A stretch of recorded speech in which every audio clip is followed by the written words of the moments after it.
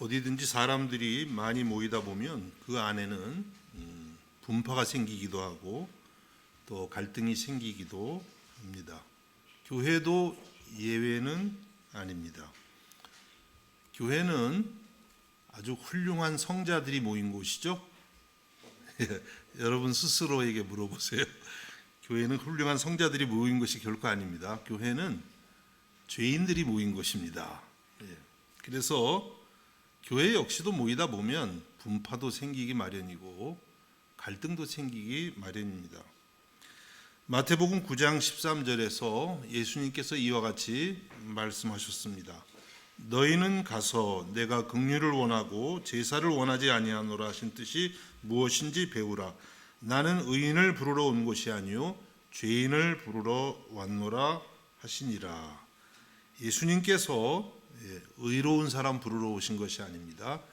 죄인을 부르러 왔습니다. 아, 내가 참 부족하구나. 이렇게 깨닫는 사람을 주님이 받아주신다는 것이죠. 그래서 우리 이 모임은 물론 이제 예수 그리스도의 십자가 보혈로 거룩해졌지만 우리 또 본질은 다 죄인들이 모였습니다. 제가 죄인 중에 두목이고 죄인의 기수 제일 죄가 많은 사람 여기 섰죠. 또 여러분들 다 죄인, 근본적으로는 죄인이에요. 그래서 교회는 완성된 곳이 아닙니다. 여러분이 교회는 완성된 곳이야 라고 생각하시면요, 교회 오셔가지고 멀지 않아서 틀림없이 상처를 받으실 거예요. 교회는 완성된 곳이 아니라 완성을 향해서 나아가는 도상의 존재다. 지금 나아가고 있는 그 과정 중에 있다. 이렇게 말씀을 드릴 수가 있습니다.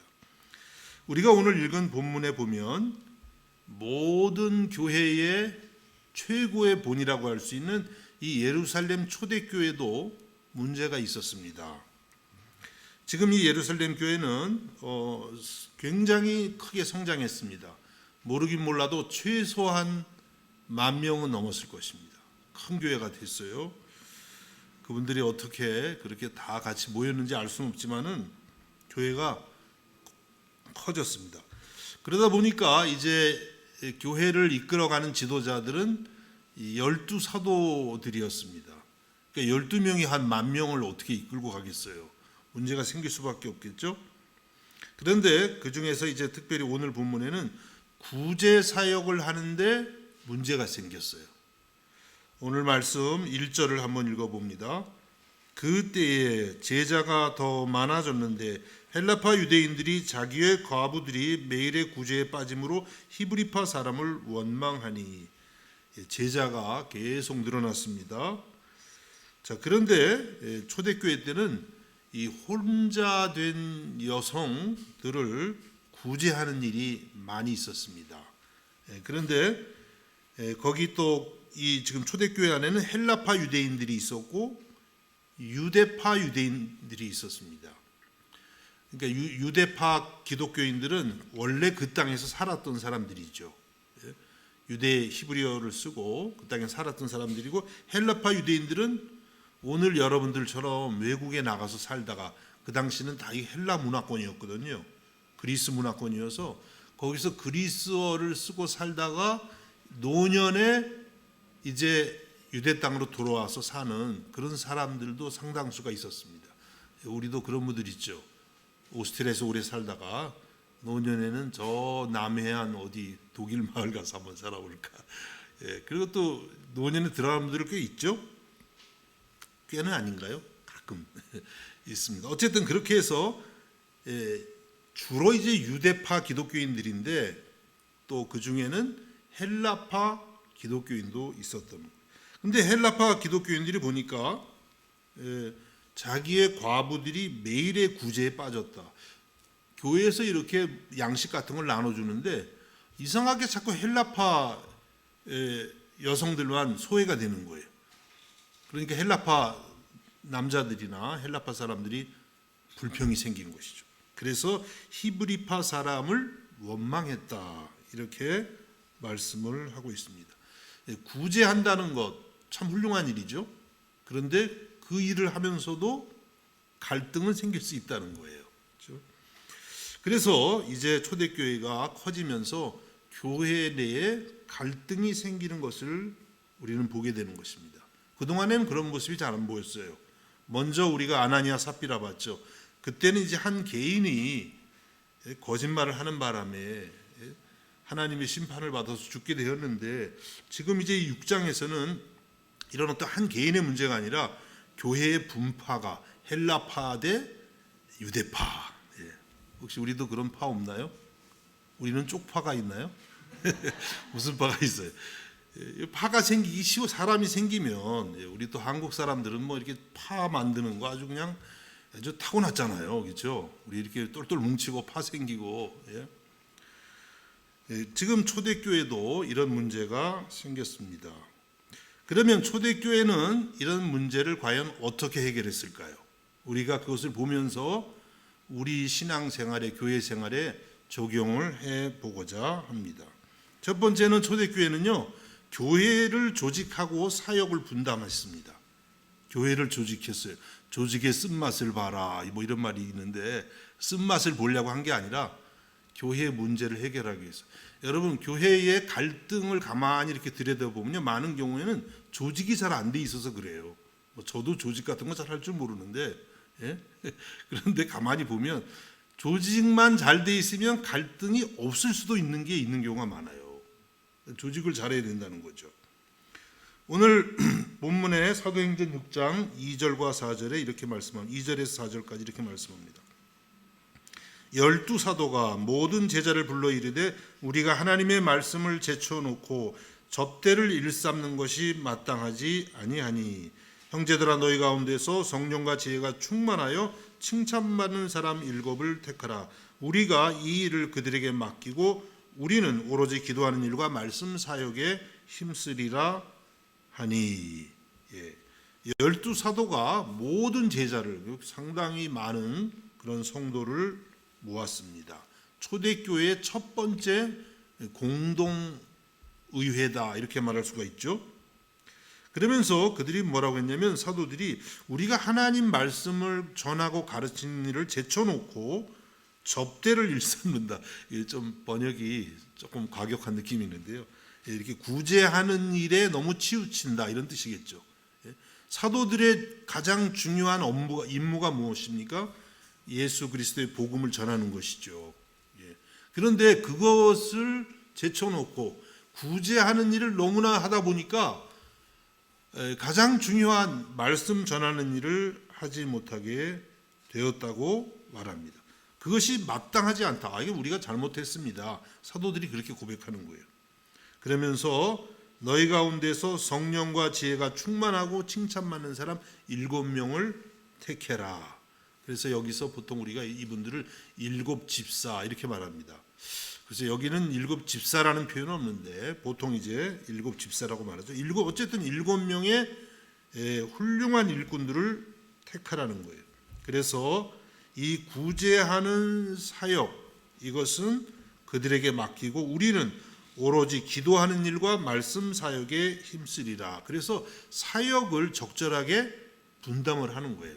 우선 사도들은 무엇보다도 기도하는 일, 그리고 말씀을 또 공부하고 가르치고 전하는 일에 집중하고, 오늘날로 말하면 예배하는 일을 전적으로 담당을 하고, 그 다음에 이제 7명을 택해서, 7명은 어떤 면에서는 오늘날의 뭐 장로님 같은 분들이라고 할 수가 있겠어요. 한 10,000명 정도 되는 데서 7명을 택했으면 이게 굉장한 비율이잖아요. 이분들을 택해서 이분들에게 구제 사역을 맡긴다는 거예요. 그래서 구제하는 사역, 이것도 매우 소중하죠. 어려운 분들을 교회가 돌보는 일 매우 중요한데, 그런 일들은 이제 7명의 일꾼들에게 하도록 한다. 그래서 이 일을 적절하게 분담하는 거예요. 반대가 되면 안 됩니다. 사도들이 그래 우리는 말씀 전하는 일 이제부터 포기하고 우리가 구제하는 일을 집중하고 7명을 택해서 그들이 말씀을 전하게 한다. 이것도 안 되겠죠. 적당하게 각자의 사명의 소명에 따라서 사역을 분담하게 되었던 것입니다. 이렇게 함으로써 이 초대교회가 이 갈등의 문제를 해결했다는 거예요. 그래서 여러분 우리들도 교회가 성장하고 또 사람들이 모이다 보면은요 갈등이 생기고 거기에는 분파가 생기기도 하고 그렇습니다. 그런데 그것을 아주 지혜롭게 일을 잘 나눠야 돼요.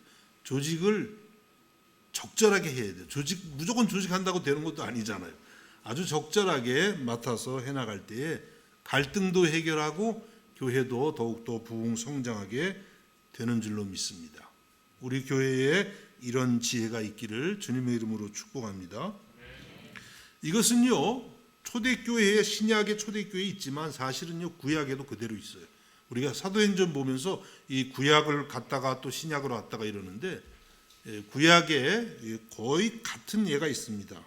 구약에 어떤 예가 떠오르시나요? 비슷한 거. 조직한 얘기 어떤 게 떠오르세요?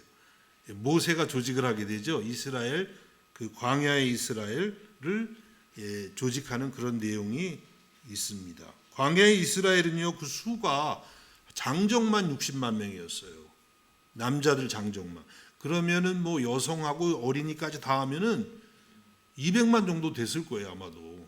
그런데 거기 이제 200만이 가다 보면 아무리 광야지만 갈등이 많이 생길 거 아니에요. 문제가 생기고 그 다툼이 생기면 그걸 이제 하나님의 율법에 따라서 이렇게 재판을 해야 되는데 모세 혼자 그걸 다 했던 거예요.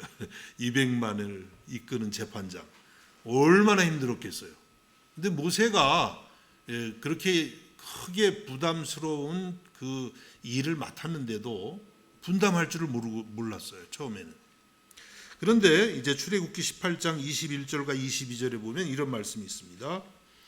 너는 또 온 이 말씀은 모세의 장인 어른 있죠. 장인 이드로가 모세에게 권면하는 말씀이에요.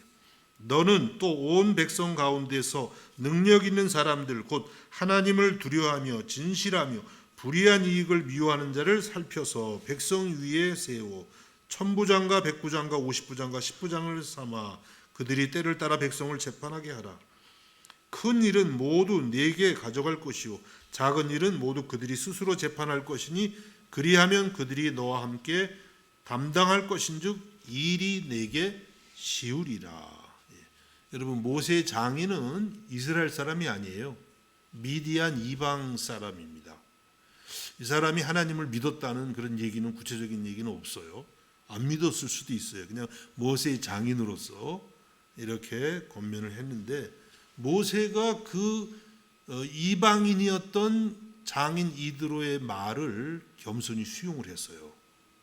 모세가 참 겸손하죠. 저 같으면 그럴 수도 있어요. 아니 당신이 뭔데 하나님도 잘 알지 못하면서 하나님의 종인 나에게 이렇게 권면하느냐고. 근데 모세는 그렇지 않았어요. 이방인의 말일지라도 그 말이 일리가 있고 또 공동체에 유익이 되고 하나님의 말씀에 어긋나지만 않는다면 그대로 수용하는 거예요.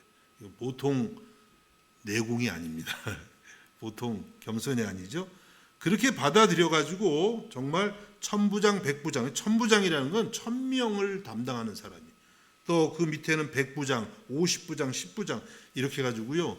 이 광야 교회를 구약의 이 광야 이스라엘 백성을 교회라고 할 수 있거든요. 이 광야 교회를 조직을 한 거예요. 그래서 모세도 훨씬 수월해지고 또 공동체도 훨씬 건강하게 되었던 것입니다. 바로 우리가 교회 사역을 할 때 이와 같이 사역을 분담하고 사역을 또 위임하는 맡기는 것, 그렇죠? 내가 하던 일을 분담하고 또 믿고 맡기는 그런 것들을 우리가 할 줄을 알아야만 되는 것입니다. 여러분 예수님도 그런 원리로 일하셨습니다. 예수님도 예수님의 능력으로 그냥 혼자서 전 세계를 전도하실 수 있을까요, 없을까요? 좀 묻는 제가 좀 못됐네요. 뭐 하실 수 있을 것 같아요, 그렇죠? 예수님이 하나님이신데 전능하신데, 근데 예수님도 그렇게 안 하셨잖아요. 12명을 불러서 참 엉터리. 저는 그 제자들을 보면은요, 제가 굉장히 자부심이 생겨요. 난 최소한 12제자보다 낫겠다. 성경 여러분 보면서 가만히 보시면요, 야 진짜 제자들 뭘로 봐도 아주 좀 그래요. 근데 어쨌든 그런 사람들을 불러가지고 훈련을 시킵니다. 그리고 중간중간에 또 일도 맡기세요. 위임하는 거예요. 아직 형편은 없는데 나가서 전도도 하게 하고 능력도 행하게 하고, 그러다가 나중에 이제 예수님께서 십자가에 죽으시고 부활하시고 나서 이제 본격적으로 주님의 일을 위임을 하죠. 그리고 그냥 떠나시는 거예요. 물론 이제 성령을 보내주셨지만 예수님께서 자신이 하시던, 이 땅에서 하시던 일을 12제자에게 위임하고 분담하는 것을 우리는 보게 되는 것입니다. 우리가 교회 사역을 할 때에 이런 것들을 잘 할 수 있어야 됩니다. 저부터도 그렇고 우리 중직자들도 그렇고 일을, 조직을 잘해야 되고 또 적당하게 서로 맡아야 되고, 그리고 또 믿고 조금 부족해도 또 맡길 수 있는 그런 지혜가 우리에게 필요하다는 거예요. 여러분, 이렇게 일을 분담하기 위해서 제일 필요한 덕이 무엇이겠어요? 그것은 말할 것도 없이 겸손함입니다. 겸손함이 있어야 이 일을 맡길 수 있고 분담할 수 있어요. 오늘 여기 말씀을 다시 보면 12사도가 자기들의 잘못을 인정하는 거예요. 우리가 말씀을 전하는 걸 제쳐놓고 지금까지 구제 사역하는 일에 너무 치우쳤습니다. 이것은 우리의 잘못입니다 라고 인정을 하면서 거기서 이제 하나의 팀이 만들어지는 거예요. 이와 같이 했던 것입니다. 모세도 아까 말씀드렸죠. 그 이방 장인이 얘기하는데 그렇게 거절하지 않고 옳다고 판단하니까 그것을 수용하는 그런 모습을 보여주고 있습니다. 예수님은 더 겸손하시죠. 정말 당신이 다 하실 수도 있는 그런 일인데도 제자들에게 맡기고 제자들이 이 하나님 나라의 사역에 동참하게 하시는 것을 볼 수 있습니다. 그렇습니다. 여러분, 우리가 한 팀을 이루어 가야 돼요. 교회는 또 공동체인데 어떤 공동체? 영어로 말하면 하나의 팀이에요. 그렇죠? 축구할 때 선수들 인터뷰하는 거 보면 아주 그럴듯하더라고요. 어떤 선수가 골을 넣었어요. 그리고 이제 기자가 와서 나중에 인터뷰를 해요. 어떻게 그렇게 골을 잘 넣냐고 하면 뭐라고 해요? 그 선수가 뭐라고 합니까? 제가 좀 공을 좀 차죠. 뭐 이렇게 할까요? 속은 그럴지라도 절대 그렇게 인터뷰 안 하죠. 뭐라 그래요?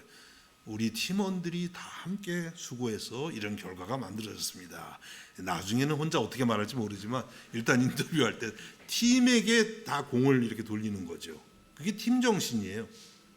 혼자 아무리 잘해도 다른 10명이 도와주지 않으면 성과를 낼 수가 없습니다. 그래서 우리들도 이런 겸손함을 가지고 우리 교회를 하나의 아름다운 팀으로 이루어갈 수 있기를 주님의 이름으로 축복합니다. 두 번째 초대교회는요, 교회 지도자들의 자격을 제시했습니다. 지도자들의 자격을 제시했고 또 그들을 선출한 것입니다. 오늘 말씀 3절을 봅니다. 형제들아, 너희 가운데서 성령과 지혜가 충만하여 칭찬받는 사람 7을 택하라. 우리가 이 일을 그들에게 맡기고. 교회 지도자를 선출할 때 기준이 뭐냐면 성령과 지혜가 충만해서 칭찬받는 사람. 성령과 지혜가 충만해서 칭찬받는 사람. 세상에서 사람 뽑는 거하고는 자격이 많이 다르죠. 세상에서는 어떤 사람을 뽑나요? 어떤 직장에서 사람을 뽑을 때 그 업무에 능력이 있는 사람, 아니면 어떤 대기업 같으면은 학벌이 좋다든지, 그렇죠? 그런 어떤 조건들이 있습니다. 좀 외적인 조건들을 많이 아무래도 보게 되죠. 교회는 그런데 달라야 된다는 거죠. 근데 참 부끄러운 것은 교회도 너무 외적인 조건을 많이 볼 때가 있어요. 사람을 뽑을 때. 목사님들도 그래요. 그래서 한국에서는 교회가 한 200명, 300명 이렇게 좀 커지다 보면은요, 목사님들 뽑을 때 일단은 서류에서 통과되려면 무슨 학위가 있어야 될까요? 박사 학위. 그래서 제가 못 가잖아요. 좀 박사 학위가 없거든요. 저는 목사 학위밖에 없거든요. 그래서 목사님들도 그냥 박사 학위를 어떻게든지 따야 되는 거예요. 그래야만 아예 서류에서도 이게 안 되니까. 그래서 제가 생각한 게 열두 제자들은 오늘날 한국에 있으면 어느 교회도 못 갔겠구나. 그 열두 제자들 저 갈릴리 어촌에서 그냥 고기잡이나 하고, 예? 사도행전에도 보면은 그 제사장들이 그 열두 제자를 볼 때 저 평범한 사람들이, 예? 아무것도 아닌 사람들이 어떻게 저렇게 하나님 말씀을 잘 전해? 라고 하는 구절이 있거든요. 예, 예수님의 제자들 보면 세상적인 기준으로 보면 형편없어요. 저번에도 말씀드렸죠. 여러분은 예수님의 제자가 되기에는 너무 수준이 높아요. 그래도 되시겠다고 오셨으니까 되셔야죠. 예. 그래서 교회의 일꾼들은요, 이 세상적 기준을 가지고 하면 안 됩니다. 그렇다 그래서 세상적 기준이 높으면 안 된다는 뜻도 아닙니다.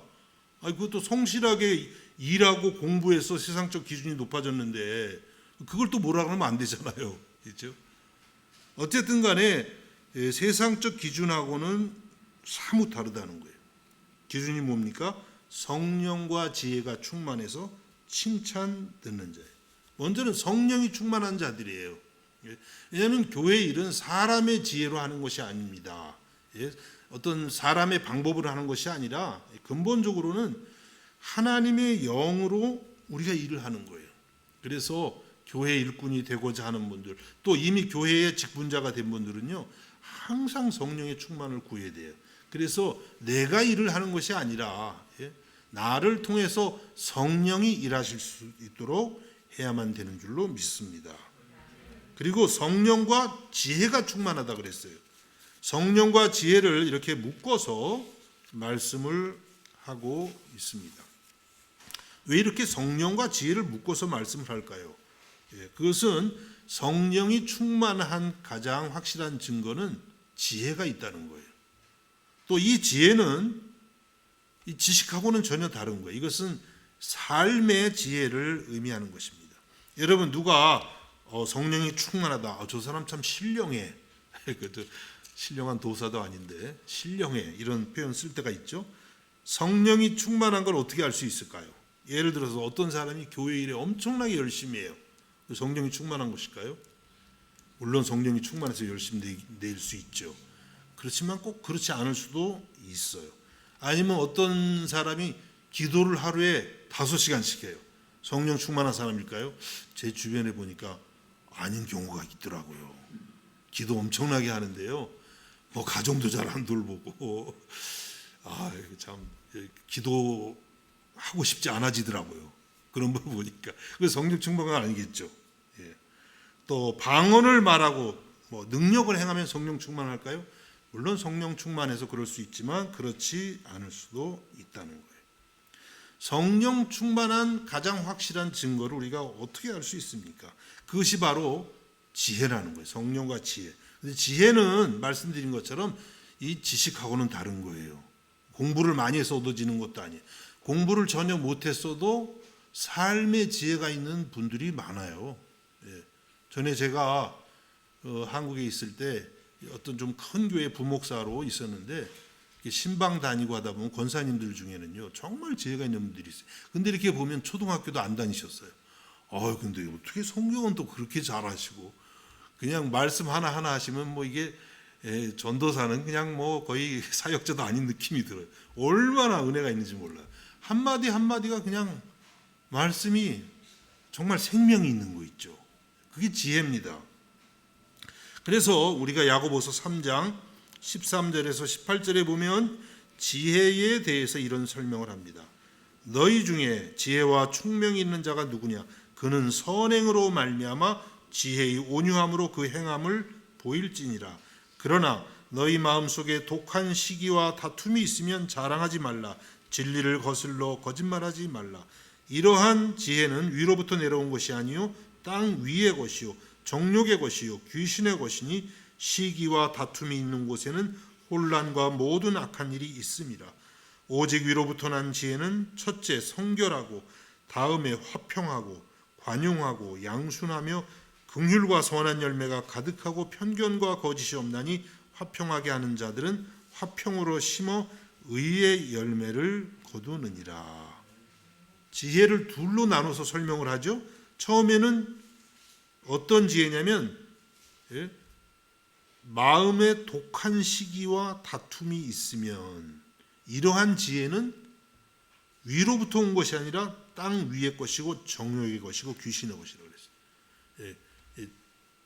독한 마음에 뭐라고 했어요? 독한 시기가 있습니다. 그것도 일종의 지혜예요. 근데 이것은 하나님으로부터는 지혜가 아니라 정욕적인 것이고 땅의 것이고 마귀의 것이라고 말씀했어요.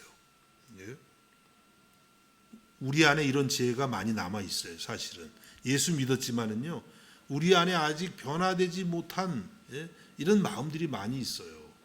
근데 이 말씀이 참 무서운 것은 이게 귀신의 것이라는 거예요.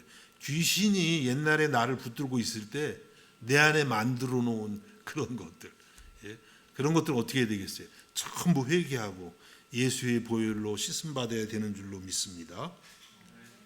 위로부터 나오는 지혜가 있다는 거예요. 이 지혜를 말하는 거예요. 성령과 지혜가 충만한 사람 할 때 위로부터 오는 지혜는 첫 번째는 성결하고 깨끗하고, 그 지혜의 결과가 성결한 삶이라는 것이죠. 그 다음에는 화평하고, 하나님이 주시는 지혜가 있는 사람은 가는 데마다요 화평의 도구가 돼요. 화평을 만들어요. 그 사람이 가는 공동체에는요 화평이 이루어집니다. 이러한 은혜가 있기를 주님의 이름으로 축복합니다. 그리고 관용이 생겨요. 이런 사람들. 그 다음에 양순하고 양순해. 독한 시기가 아니라 양순하고 긍휼 불쌍히 여기고 선한 열매가 가득하고 편견과 거짓이 없어요. 공정하고 진실하다는 거죠. 그래서 또 화평하게 합니다. 이 사람들. 화평이 굉장히 중요한 요소예요. 하나님이 지혜를 받은 사람의 특징은요, 갈등이 있는 곳에 들어가도 화평을 만드는 그런 은혜가 있다고 하는 것입니다. 초대교회는 바로 이와 같이 성령과 지혜가 충만해서, 그래서 칭찬 듣는 사람, 이런 사람들은 칭찬 듣겠죠.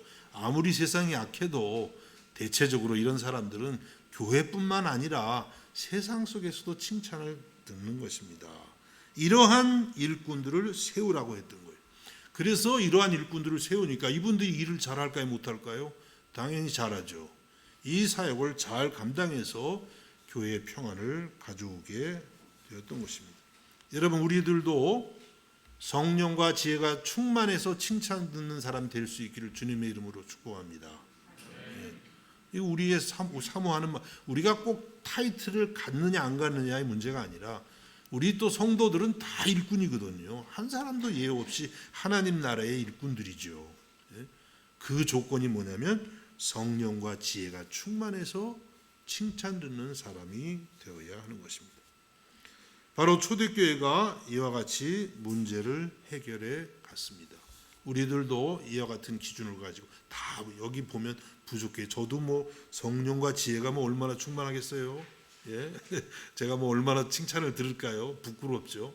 다 부족하지만 이 말씀을 기준으로 삼아서 우리 모두가 정말 초대교회의 7 집사와 같은 이와 같은 일꾼들이 될 수 있기를 다시 한번 주님의 이름으로 축복합니다. 마지막으로 초대교회는 동일한 신앙 고백과 동일한 사명을 갖고 하나가 됐습니다. 초대교회가 갈등을 해결할 수 있었던 것은요, 같은 신앙 고백이 있었다고 하는 거예요. 그래서 이런 문제가 생겼을 때도 그것이 힘이 돼서 문제를 해결할 수 있게 된 것입니다. 초대교회 신앙 고백의 핵심이 무엇입니까? 지난주에도 말씀드렸죠. 예수는 그리스도다.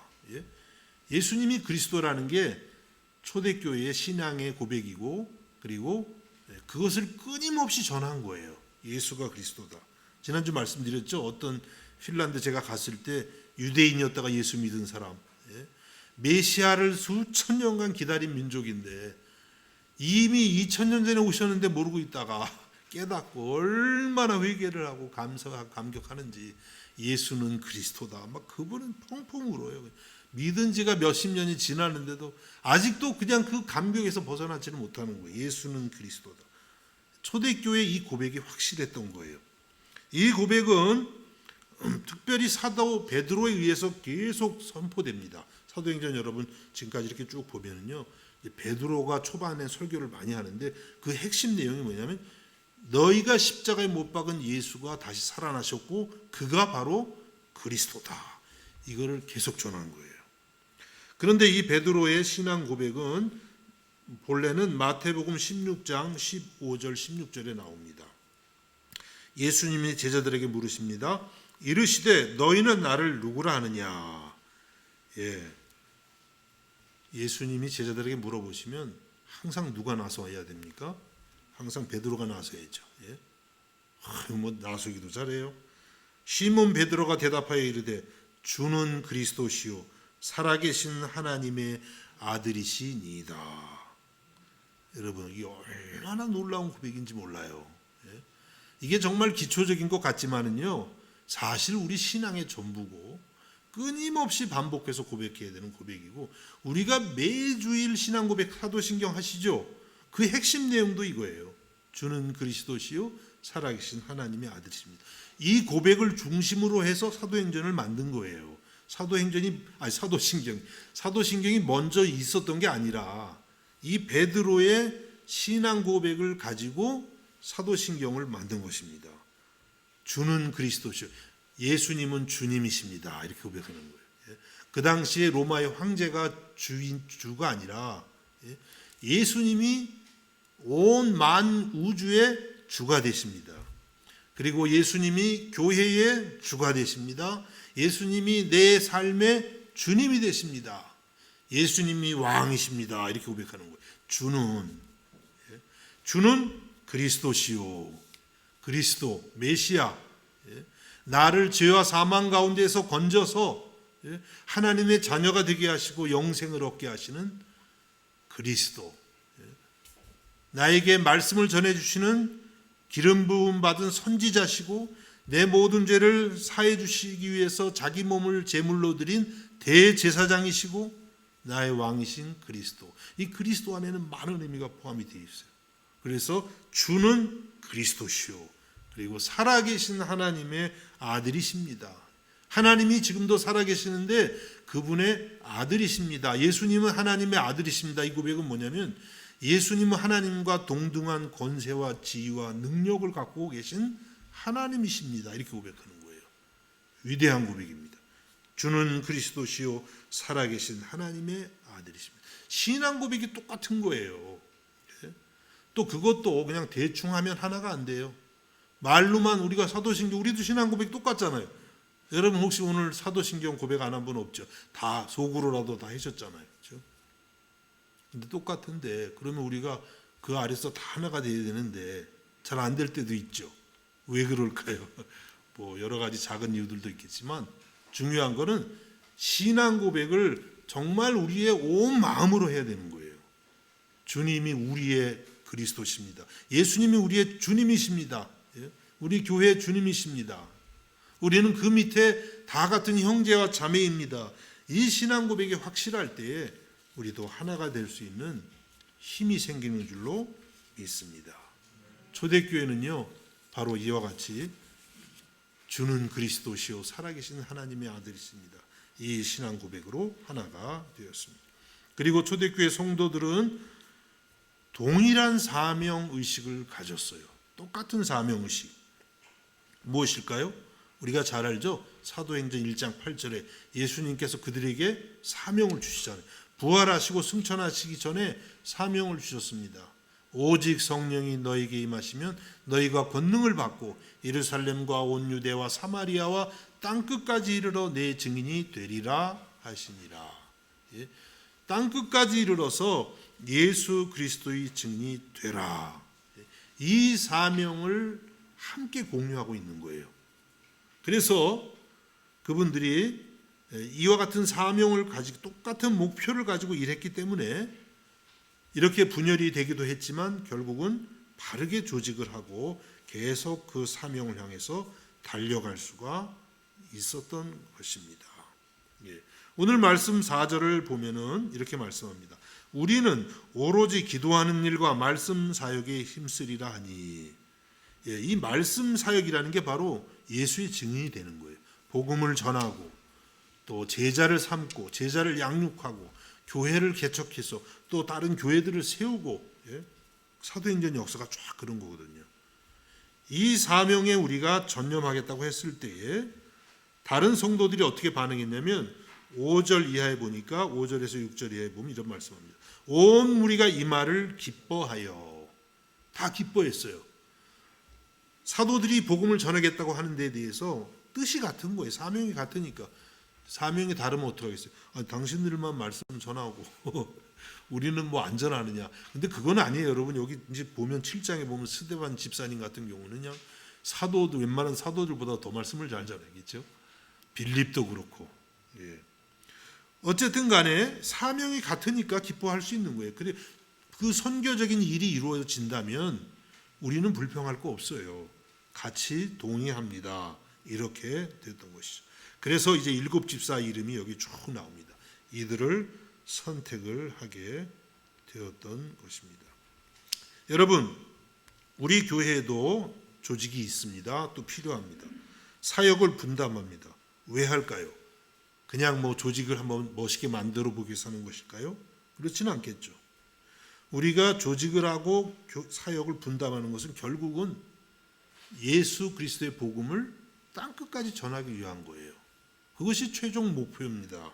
그리고 제자를 삼고 교회를 세우기 위한 것입니다. 좀 더 폭넓게 말하면 이 땅에 하나님의 나라를 세우기 위한 것입니다. 그런 점에서 교회 조직은 전부 선교적인 거예요, 사실은. 그렇죠? 그래서 뭐 교회에 예배부도 있고 봉사부도 있고 무슨 친교 뭐 교부서가 있지만 결국은 전부 선교회라고 할 수가 있어요. 여전도에만 남전도에만 전도회가 아닙니다. 다 교회는 뭐 왜 조직을 하냐면, 여기서 조직을 하는 이유가 뭐냐면 복음을 효율적으로 증거하기 위해서 그렇게 한 거예요. 그런 것을 우리가 잊지 않고 나아갈 때에 주님이 우리에게 주신 사명, 땅끝까지 이르러 그리스도의 증인이 되고 주님의 많은 교회들을 세우는 그런 일에 우리가 귀하게 쓰임받을 줄로 믿습니다. 이렇게 같은 목표를 가지고 사역을 분담했을 때 어떤 결과가 왔을까요? 7절 말씀입니다. 하나님의 말씀이 점점 왕성하여 예루살렘에 있는 제자의 수가 더 심히 많아지고 허다한 제사장의 무리도 이 도에 복종하니라. 조직을 잘하고 사역을 잘 서로 분담을 했더니 하나님의 말씀이 교회 밖을 넘어서서 점점 퍼져가는 거예요. 그렇게 퍼져갔고 그 다음에 예루살렘에 있는 제자의 수가 더 심히 많아졌다. 예루살렘에 예수님의 제자들이 그냥 급성장을 한 거예요. 그냥 많아진 정도가 아니라 심히 많아졌다. 이렇게 말씀했습니다. 그 다음에 더 놀라운 거 있죠. 허다한 제사장의 무리도 이 도에 복종하니라. 제사장들이 누굽니까? 얼마 전까지만 해도 사도행전 5장에 보면은 사두개인들이 그 제사장들을 말하는데요. 그들이 제자들을 옥에 가뒀잖아요. 그런데 그 중에서 상당수의 사람들이 예수님을 믿고 예수님의 제자가 되었다는 거예요. 굉장한 역사죠. 그것이 언제 일어난 거냐면 이렇게 조직을 잘했을 때. 인간의 조직이 또 별거 아닌 것 같지만 이럴 때 보면 별거죠. 굉장히 중요한 거예요. 그래서 교회가 일을 잘 분담하고 또 공동체가 힘을 합해서 사역을 함께 하고 이렇게 할 때에 거기에 성령께서 더욱더 역사하신다는 것을 우리는 알게 되는 것입니다. 여러분, 우리가 교회를 섬길 때에 초대교회 이런 지혜를 잘 배워서 먼저는 우리 각자가 훌륭한 일꾼들이 되고 그 다음에는 우리 교회가 이를 서로 아름답게 잘 분담하는 가운데에 그리스도의 복음을 온 세계에 전할 수 있는 우리 교회가 될 수 있기를 우리 주님의 이름으로 축복합니다. 기도하겠습니다.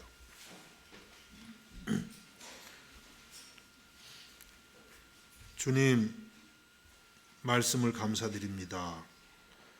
그렇게 성령이 강하게 역사했던 초대교회였지만 거기에도 갈등은 있었습니다. 사람들이 모이는 곳이면 어디나 갈등이 있을 수밖에 없음을 깨닫습니다. 오늘 주시는 이 말씀을 통해서 우리가 서로 일을 잘 분담하고 겸손히 섬김으로써 한 팀을 이루어서 그리스도의 복음을 온 세계에 전하는 저희 비엔나 장로교회가 되게 하여 주옵소서. 모든 우리의 주의 성도들 성령과 지혜가 충만케 해주시고 주님 쓰시기에 부족함이 없도록 은혜 위에 은혜를 더하여 주옵소서. 예수님의 이름으로 기도하옵나이다. 아멘.